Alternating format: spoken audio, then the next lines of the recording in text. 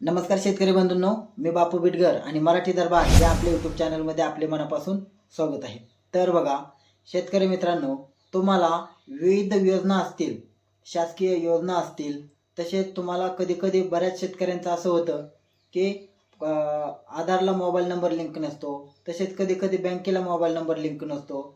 यामुळे काय होतं बघा, तर तुम्हाला बऱ्याच अडचणींचा सामना करावा लागतो। परंतु शेतकऱ्यांनी काही गोष्टी लक्षात ठेवल्या, ह्या शेतकऱ्यांना माहिती असणं गरजेचे आहे की जेणेकरून त्यांना ज्यावेळेस एखादी गरज लागेल त्यावेळेस त्यांच्या हे लक्षात येतं आणि हे लक्षात आल्यानंतर परत त्यांना त्या ठिकाणी आधारला मोबाईल नंबर लिंक करणं याच्यामध्ये त्यांचा वेळ जातो आणि कधी कधी असं होतं, जर शेवटच्या टप्प्यात आलं तर त्यांना एखाद्या योजनेपासून वंचित सुद्धा राहावं लागतं।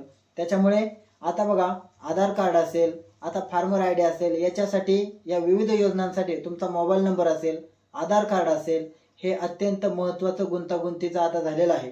त्याच्यामुळे शेतकऱ्यांच्या हे लक्षात आलं पाहिजे की तुमचा आधार कार्ड असेल किंवा मोबाईल नंबर असेल, तुम्ही जर ह्या 10 गोष्टी लक्षात ठेवल्या तर तुम्हाला कोणतीही अडचण येणार नाही की जेणेकरून ऐन वेळेला तुम्हाला धावपळीला सामोरे जावं लागणार नाही।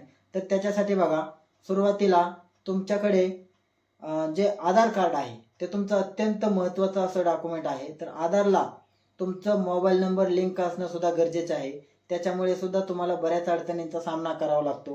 कारण तर बघा, आणि तो जो मोबाईल तुम्ही लिंक केलेला आहे, तो लिंक केलेला मोबाईल शक्यतो तुमच्या कुटुंबातील किंवा स्वतःच्या नावावर असेल तर अतिउत्तम। त्याच्यामुळे ते कार्ड तुमच्याच नावावर असणं गरजेचं आहे आणि ते कार्ड, ते जे सिम कार्ड आहे, जो नंबर आहे, तो सतत चालू असणं सुद्धा गरजेचं आहे। त्याच्यामुळे लक्षात ठेवा, तुमच्या आधारला मोबाईल नंबर जो लिंक केलेला असेल तो कंटिन्यू घरातील व्यक्तीच्या नावावर असावा किंवा तुमच्या स्वतःच्या नावावर असावा, हे सुद्धा तेवढंच गरजेचं आहे। त्यानंतर बघा, फार्मर आय डी। आता फार्मर आय डी हे शेतीसाठी अत्यंत उपयुक्त आणि अत्यंत महत्त्वाचं असं डॉक्युमेंट झालेलं आहे। तर फार्मर आय डीसाठी जो तुम्ही मोबाईल नंबर देता तो सुद्धा शक्यतो जो आधारला नंबर दिलेला आहे तोच फार्मर आय डीला दिलेला असावा। कारण वेगवेगळा झाला तर दोन दोन मोबाईल सांभाळणं, त्याचा बॅलन्स करणं, कारण आता इनकमिंग सुद्धा पैसे देऊन यायला लागले। सुरुवातीला कसं होतं, पहिले इनकमिंग कॉल फ्रीमध्ये होते, परंतु आता इनकमिंग कॉल सुद्धा फ्रीमध्ये झालेलं नाही, त्याच्यासाठी सुद्धा तुम्हाला पैसे भरावे लागतात। आणि समजा दोन दोन मोबाईल रिचार्ज करणं हे सुद्धा महाग तुम्हाला अडचणीचं ठरू शकतं।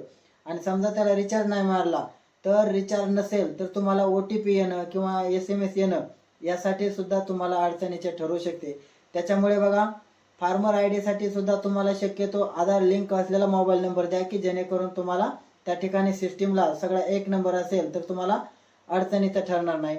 आणि आधार लिंक असणं हे अत्यंत महत्त्वाचं आहे आणि आधारला जो तुमचा मोबाईल नंबर लिंक असेल तोच शक्यतो चालू ठेवा आणि इतर तुमच्या सगळ्या शासकीय कामकाजासाठी सुद्धा तोच नंबर शक्यतो द्या। तसेच बघा, आता तुम्ही तिसरी गोष्ट आहे की पीक विमा भरताना, तुम्ही पीक विमा भरताना जो मोबाईल नंबर रजिस्टर केलेला असतो तो एकच ठेवा की जेणेकरून तुम्हाला दरवर्षी किंवा दर 6 महिन्याला, खरीपाचा असेल, रब्बीचा असेल, या पिकांचा पीक विमा भरताना तुम्हाला कोणतीही अडचण येणार नाही। कारण कसं होतं, नवीन रजिस्ट्रेशन करा, तो मोबाईल नंबर, हा मोबाईल नंबर, याच्यामध्ये शेतकऱ्यांचा बराच गोंधळ उडून जातो। त्याच्यामुळे शक्यतो पीक विमा भरताना सुद्धा तुम्हाला तुमचा जो मोबाईल नंबर आधारला लिंक असेल तो ठेवावा की तो ठेवल्यामुळे तुम्हाला रजिस्ट्रेशन करणं असेल किंवा कंटिन्यू पीक विमा तर आपण दरवर्षी भरत असतो, दर 6 महिन्याला भरत असतो, त्याच्यामुळे तुम्हाला अडचण येऊ नये म्हणून पीक विमा सुद्धा शक्यतो तोच नंबर वापरला तर तुम्हाला कदाचित भविष्यात कुठलीही अडचण येणार नाही। त्यानंतर बघा, पिकाची ई पीक पाहणी करताना सुद्धा तुम्हाला त्याचं रजिस्ट्रेशन करायला, लॉग इन करायला नंबर लागतो। त्याच्यामुळे त्यासाठी सुद्धा तोच नंबर द्या की जेणेकरून तुम्हाला अडचण येणार नाही। आणि ज्यावेळेस तुम्ही पीक विमा भरताना तो जर नंबर दिला आणि त्याच नंबरवर जर तुमचं व्हॉट्सअप चालू असेल तर पीक विमाचं तुमचं स्टेटस पाहण्यासाठी तुम्हाला चॅटबोटचा एक शासनाने पर्याय दिलेला आहे। त्या चॅटबोटवरून तुम्ही तुमच्या पीक विम्याची सद्यस्थिती असेल ते सर्व तुम्हाला त्या ठिकाणी माहिती मिळू शकते। त्याच्यामुळे नंबर तोच सेम असणं हे किती महत्त्वाचं आहे यावरून तुमच्या लक्षात येईल। त्यानंतर बघा, बँकेमध्ये तुम्हाला आधार लिंक असणं सुद्धा तेवढेच गरजेचं आहे। आता काहींचा गैरसमज असा होता की आमचं तर बँकेला आधार लिंक आहे, परंतु आधार लिंक असलेलं प्रत्येक खातं आधार सीडिंग असतंच असं नाही। त्याच्यामुळे आधार लिंक जरी असलं तरी तुमचं आधार सीडिंग इनेबल असणं हे सुद्धा तेवढंच महत्त्वाचं आहे। कारण ज्या बँकेला तुमचं आधार सीडिंग आहे त्या बँकेला शासनाचे जे लाभ असतात, PM किसान असेल किंवा संजय गांधी निराधार योजना असेल इत्यादी सर्व योजनांचे शासकीय अनुदान असेल, सर्व पैसे आधार सीडिंग खात्यावरती तुम्हाला जमा होतात. त्याच्यामुळे त्यासाठी सुद्धा तोच मोबाईल नंबर असणं हे तेवढंच गरजेचं आहे. त्यानंतर बघा, तुम्ही रेशन कार्ड काढता, रेशन कार्डला सुद्धा आता आधार कार्ड लिंकिंग झालेलं आहे. त्याच्यामुळे परत तिथं मोबाईल नंबरचा संबंध येतो. त्याच्यामुळे रेशन कार्ड काढताना सुद्धा तोच मोबाईल नंबर द्या जो की तुमच्या आधारला लिंक असेल. त्यानंतर बघा कसं होतं की रेशन कार्डला तुम्ही माल घेताना तुमचा जो महिन्याला मिळणारा माल असेल तो घेताना तुम्ही अंगठा लावता, म्हणजे आधार ऑथेंटिफिकेशन करता. त्यावेळेस तुम्ही थंब लावलेला असतो, त्यावेळेस तुम्ही कुठे कुठे थंब लावला किंवा कुठं आधार ऑथेंटिफिकेशन किती ठिकाणी केलं, कोणत्या कोणत्या ठिकाणी केलं, तर याचं डिटेल सुद्धा तुम्हाला ईमेल ID वर येऊ शकतं. त्याच्यामुळे बघा, ईमेल ID सुद्धा अत्यंत महत्त्वाचा आहे आणि आधारला मोबाईल नंबर लिंक असणं हे सुद्धा तेवढेच गरजेचं आहे. त्यानंतर बघा, आता समजा संजय गांधी निराधार योजना असेल, या योजनेसाठी आता शासनाने अत्यंत महत्त्वाची अशी एक अपडेट दिलेली आहे की संजय गांधी निराधार योजना असेल, इंदिरा गांधी वृद्धापकाळ योजना असेल, तर या ज्या राज्य पुरस्कृत योजना असतील किंवा केंद्र पुरस्कृत योजना असतील, या सर्व योजनांचे पहिले बीम्स प्रणाली होती ती आता शासनाने बंद केलेली आहे. पहिलं कसं होतं की जो तुम्ही खाते नंबर दिलेला आहे त्या खात्यावरचे तुमचे पैसे येत होते, परंतु आता काय केलंय शासनाने की DBT म्हणजे डायरेक्ट बेनिफिट ट्रान्सफर या प्रणालीचा अवलंब केलेला आहे. आणि या प्रणालीमुळे काय होते की तुमचं आधार कार्डला जे खातं लिंक आहे, म्हणजे थोडक्यात सांगायचं झालं तर सीडिंग आहे, तर त्याच खात्यावरती तुमच्या सर्व योजनांचे पैसे पडणार आहेत.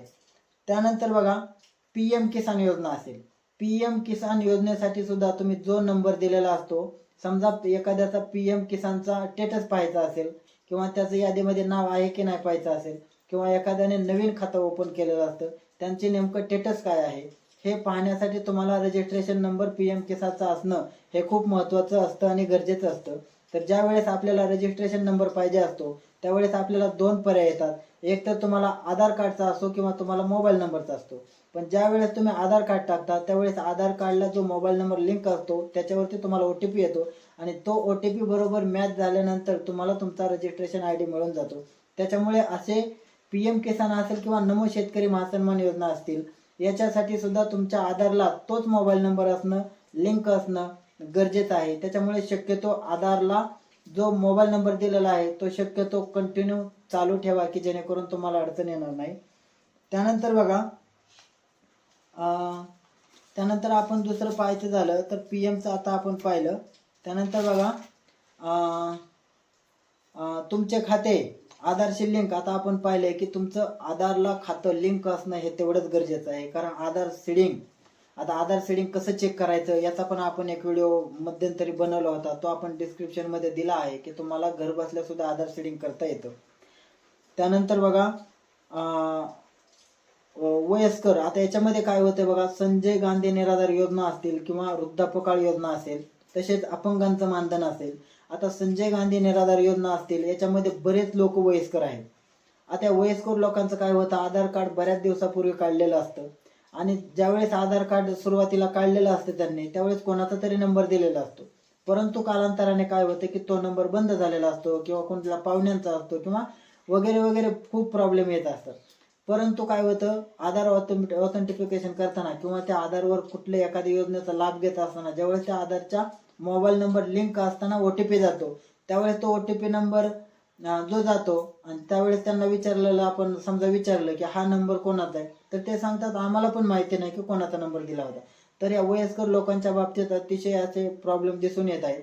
त्याच्यामुळे आणि शासनाने तर काय केलेलं आहे, बीम्स प्रणाली आता बंद केलेली आहे आणि डायरेक्ट बेनिफिट ट्रान्सफर DBTच्या माध्यमातून ते पैसे शासन आता पाठवत आहे. त्याच्यामुळे असे जे वयस्कर लोक आहेत त्यांच्यासाठी गावातील ज्यांना माहिती असेल त्यांना मदत करणं हे सुद्धा तितकंच गरजेचं आहे. किंवा अशा लोकांनी तुमच्या तालुक्याच्या ठिकाणी संजय गांधी निराधार योजनेचं ऑफिस आहे त्या ठिकाणी जाऊन तुमची सर्व माहिती अपडेट करून घ्यायची आणि त्यांच्या घरातील कोणाचा तरी नंबर देऊन तो आधारला लिंक करायचा आहे की जेणेकरून तुम्हाला भविष्यात कुठलीही अडचण येणार नाही.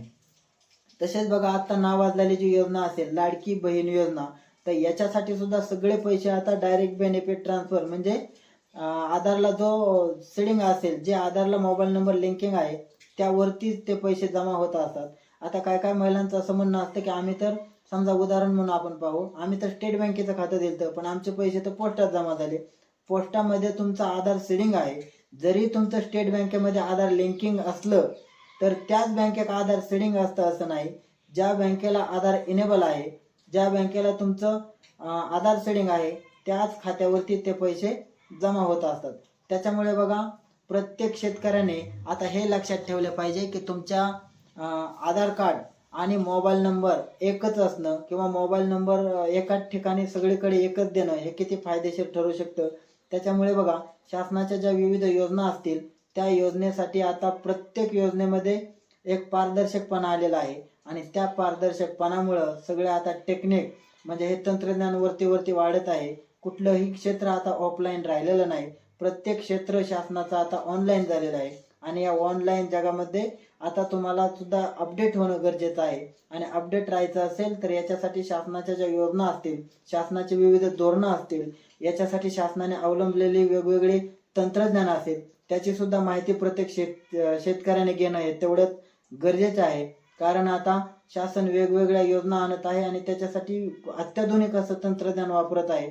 आधार सारखी योजना, आधार जर तुम्ही आधारला मोबाईल नंबर लिंक केला नसेल तर या सर्व योजनांमध्ये तुम्हाला आता जे आपण 10 टप्पे पाहिले तर या प्रत्येक टप्प्यावर तुम्हाला अडचण येऊ शकते. त्याच्यामुळे लक्षात ठेवा, तुमचं आधार कार्डला मोबाईल नंबर लिंक करून घ्या आणि शक्यतो जो मोबाईल नंबर लिंक करताय तो तुमच्याच नावावरती असू द्या किंवा तुमच्या कुटुंबाच्याच व्यक्तीच्या नावावर असू द्या की जेणेकरून ते कार्ड रिव्हेरिफिकेशनला आलं किंवा व्हेरिफिकेशन त्याचं करायचं झालं तरी ते कार्ड तुमच्या नावाने आधार कार्ड देऊन ते रिव्हेरिफिकेशन जरी केलं तरी त्या ठिकाणी ते तुमच्याच नावावरती राहील. अशा प्रकारचं ते सिम कार्ड घ्या की जेणेकरून तुम्हाला भविष्यात अडचण येणार नाही. तर बघा, आपला व्हॉट्सअप ग्रुप खाली लिंकमध्ये दिलेला आहे. त्या लिंकवर जाऊन तुम्ही आमच्या व्हॉट्सअप ग्रुपला जॉईन करू शकता की जेणेकरून आम्ही बनवलेले नवनवीन व्हिडिओ तुम्हाला पाहायला मिळतील. आणि अजूनही जर कोणी सबस्क्राईब केलं नसेल तर प्लीज चॅनलला सबस्क्राईब करा. धन्यवाद.